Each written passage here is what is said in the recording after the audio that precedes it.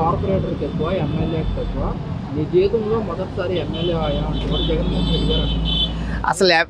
అసలు ఎమ్మెల్యే అవటానికి కారణం కూడా మోదీ గారి ఐడియా ఏంటంటే చంద్రబాబు నాయుడిని కొంతకాలం చూశాడు, ఆయన నాడేంటో తెలుసుకున్నాడు, అంత చక్కగా ఆయన పక్కన పెట్టుకున్నాడు.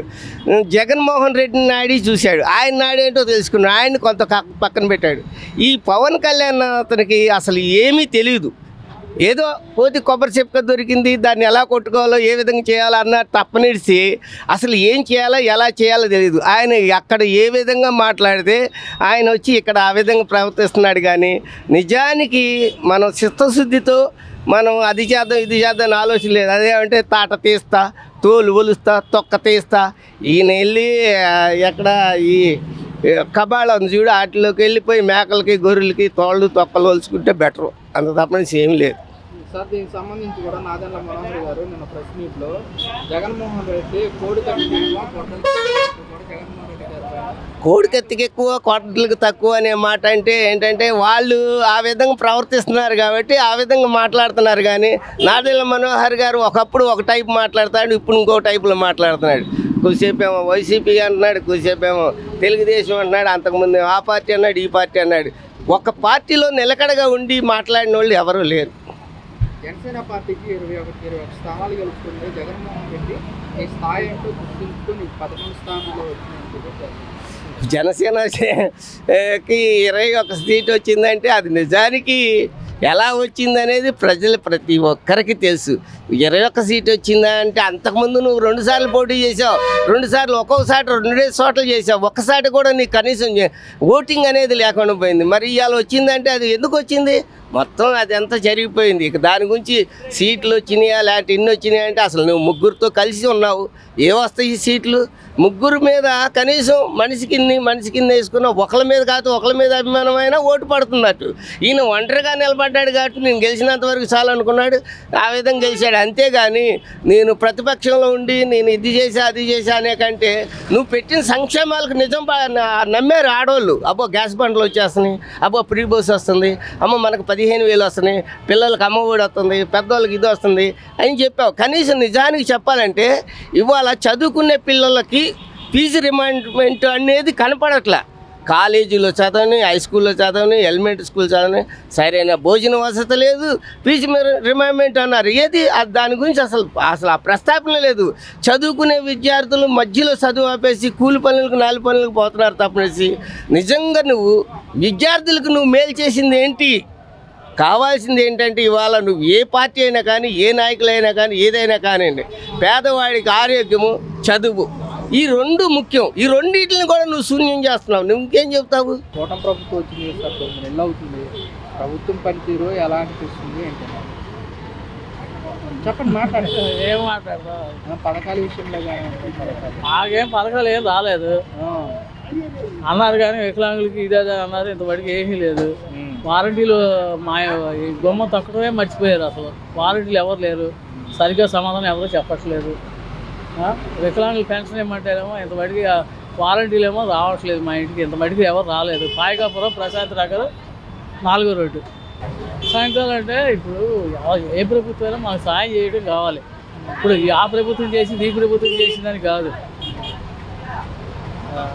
నెక్స్ట్ వస్తే అసలు చంద్రబాబు నాయుడు ప్రభుత్వమే బాగుంది, పథకాలు అయ్యి అమ్మగారు.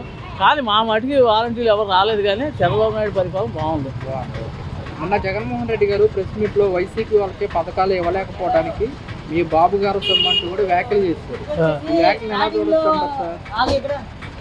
వ్యాఖ్యలు అంటే ఏం చేస్తాం, ఇప్పుడు ఎవరు పదవి వచ్చినట్టు వాళ్ళు చేస్తారు. దాని గురించి మనం విమర్శించకూడదు ఎవరినైనా. ఇప్పుడు వాళ్ళు ఇలా చేశారు, వీళ్ళు ఇలా చేశారు అది విమర్శించకూడదు. వాళ్ళ ప్రభుత్వం టైంలో వాళ్ళు అలా చేశారు, అందుకు దానికన్నా మనం ఏం చేస్తాం. కూటమి ప్రభుత్వం వచ్చిన 9 నెలల కాలంలో 73,000 కోట్లు వైఎస్ఆర్ కాంగ్రెస్ పార్టీ కంటే కూటమి ప్రభుత్వం ఎక్కువ అప్పులు చేసిందని చెప్పేసి జగన్మోహన్ రెడ్డి గారు అంటున్నారు. అంత లోతుకి మనకు తెలియదు, కానీ ఇవన్నీ మనకి ఎందుకు, ఇవన్నీ మనమేమో రూపాయి సంపాదించుకుని బతికేవాళ్ళం అంతే కదా. 2 సార్లు బడ్జెట్ ప్రవేశపెట్టారు, మొత్తం కూడా మోసమే చూపించారంటూ కూడా. నాకే ఒకరి దాకా నాకు ఎందుకండి, నాకే నష్టం జరిగింది. ఇప్పుడు ఎవడు 1 రూపాయి నా పెన్షన్ ఇవ్వలేదు, మా వారంటీలు అసలు గుమ్మం ఎక్కలేదు.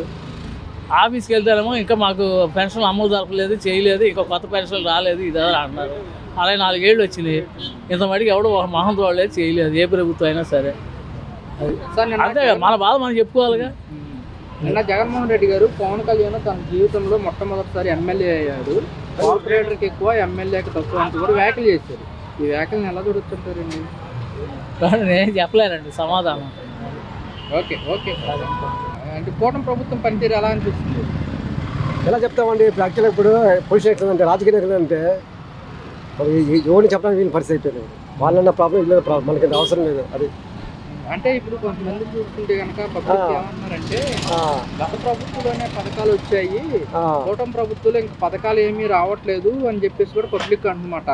మీరేమంటారు? ఇప్పుడు యాక్చువల్ ఏంటంటే పబ్లిక్ ఆలోచించడం ఏంటంటే, ఏ ప్రభుత్వం సరే, వైఎస్ఆర్ సరే, టీడీపీ సరే, ఏంటంటే మన గవర్నమెంట్కి ఇన్కమ్ లేదు, ఎవరు వచ్చినా ఏం చేయలేడు. కానీ వీళ్ళు ఆలోచించి వాళ్ళు చేయాలి, ఏదైనా సరే పథకాలు వాళ్ళు ఆలోచించి చేయాలి, ఏది కరెక్ట్ ఏదైనా చేయాలి. వాళ్ళు అనవసరం పథకాలు పెట్టేసేసి నెత్తిన భారం పెట్టితే కరెక్ట్ కాదు. అదే నేను జగన్మోహన్ రెడ్డి గారు కూడా ఏమంటారంటే, కూటమి ప్రభుత్వం వచ్చి 9 నెలల కాలంలో 73,000 కోట్లు అప్పులు చేశారు, వైసీపీ ప్రభుత్వం కంటే కూటమి ప్రభుత్వమే ఎక్కువ అప్పులు చేసిందని చెప్పి. ఏ గవర్నమెంట్ సరేనండి, ఆలోచించి ప్రజలు మేలు చేయాలి అంతే. ఆ గవర్నమెంట్ ఈ గవర్నమెంట్ సరే, అది అంతే. మనం ఎవరిని విమర్శించకూడదు. ఫస్ట్ మన ఇన్కమ్కి ఏంటంటే గవర్నమెంట్ ఇన్కమ్ లేదు, టీడీపీ రాని ఇంకా వైఎస్ఆర్ ఏ పార్టీ రండి.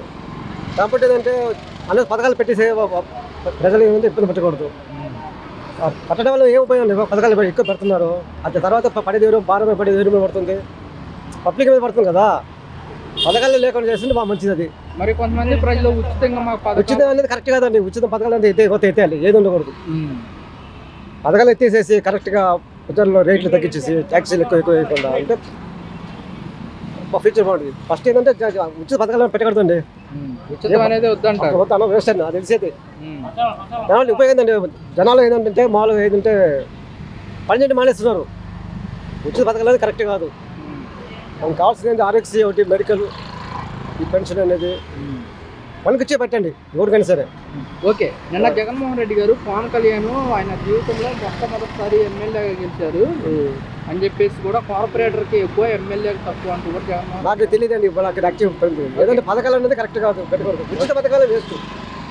ఓకే, పవన్ కళ్యాణ్ పైన జగన్మోహన్ రెడ్డి గారు వ్యాఖ్యలు చేశారు, కార్పొరేటర్కి ఎక్కువ ఎమ్మెల్యేకి తక్కువ, ఆయన జీవితంలో మొదటిసారి ఎమ్మెల్యే అయ్యారంట. మీరేమంటారు ఈ వ్యాఖ్యలు? మామూలుగా చెప్పాలంటే పవన్ కళ్యాణ్ గారికి ఇంకా కొద్దిగా అనుభవం తక్కువ రాజకీయాల్లో, మరి ఇంకా కొద్దిగా అనుభవం గల వల్ల అయితే ఇంకా బాగుంటుంది. సరే, ఈ వ్యాఖ్యలకు సంబంధించి నాదెండ్ల మనోహర్ గారు కూడా స్పందించారు, వ్యాఖ్యలు చేశారు జగన్మోహన్ రెడ్డి పైన. కోడికత్తికి ఎక్కువ, గొడ్డల వేటికి తక్కువ అంటూ కూడా అతను చేసిన వ్యాఖ్యలు మీరేమంటారు? ఏంటంటే అది మరి యథార్థంగా అయితే జరిగింది, దాని ప్రకారం మరి ఇది